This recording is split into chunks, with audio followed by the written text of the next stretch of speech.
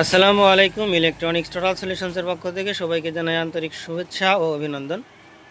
সম্মানিত ভিউয়ার, দেখতে পাচ্ছেন আমার সামনে CS4080 মডেলের একটি professional class H2 step amplifier.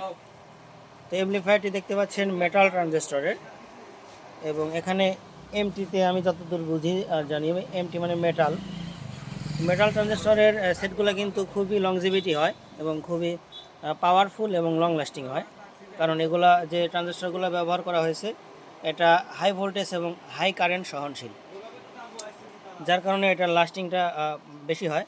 তো আমরা একটু লোড টেস্ট করব যে পার চ্যানেল কত ওয়াট আউটপুট পাওয়া যায়।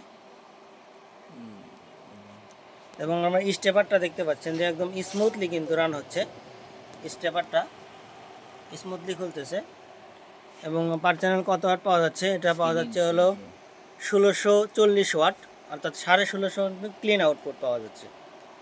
তাহলে বুঝতে পারতেছেন এটার প্রেশার কেমন হবে, আর সাধারণ প্রেশার হবে। এখন দুই সাইড যখন একসাথে লোড দিচ্ছি তখন একটু ড্রপ হচ্ছে, দেখতে পাচ্ছেন 1385 এবং 1415, 1385 1415, 20 ওয়াট কম বেশি এটা তো হবেই।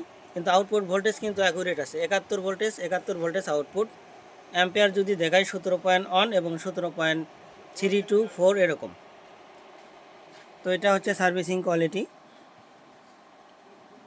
আমাদের কাছে ভাতিজা নিয়ে আসছে, ভাতিজা হাই দিয়ে দাও।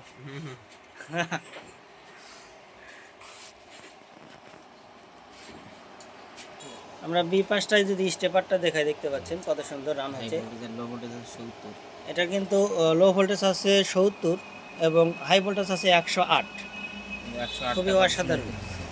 108 দেখতে পাচ্ছেন, নীল কালার যেটা সেটা, এবং 70 অডিও সিগন্যাল হলুদ। লোড আছে আমাদের 4 ওহমে।